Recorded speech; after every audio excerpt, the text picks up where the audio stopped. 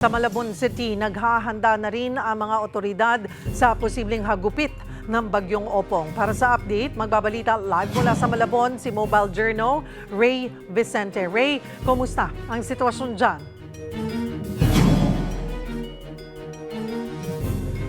Cheryl, makulimlim at panaka-naka ang pag-ulan dito sa Malabon pero hindi pa rin makampante ang lokal na pamahalaan dahil nga ilang lugar dito sa Malabon ang mabilis bahain kahit na paunti-unti ang pagbugso ng ulan.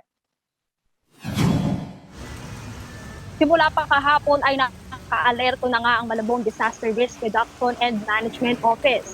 Maaga silang nagpakalat ng mga rescue vehicles, mga bangka at iba pang gamit na kailangan sa rescue operations. Naka-standby na rin ang mga responders sakaling kailanganin.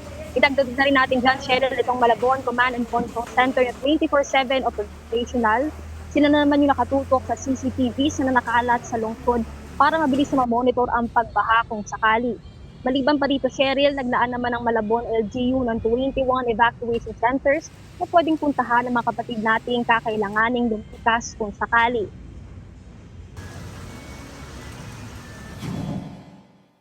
Sa ngayon, Cheryl, may 3 pamilya pa lang ang in-evacuate dito sa Tinejeros Elementary School dahil nga nakahanda na rin ang rescue team, ang medical team, ang mga kagamitan dito sa mga ating kapatid na kakailanganin ng porta. Yan muna ang latest dito sa Malabon. Balik sa'yo, Cheryl. Maraming salamat, Mobile Journal Ray Vicente.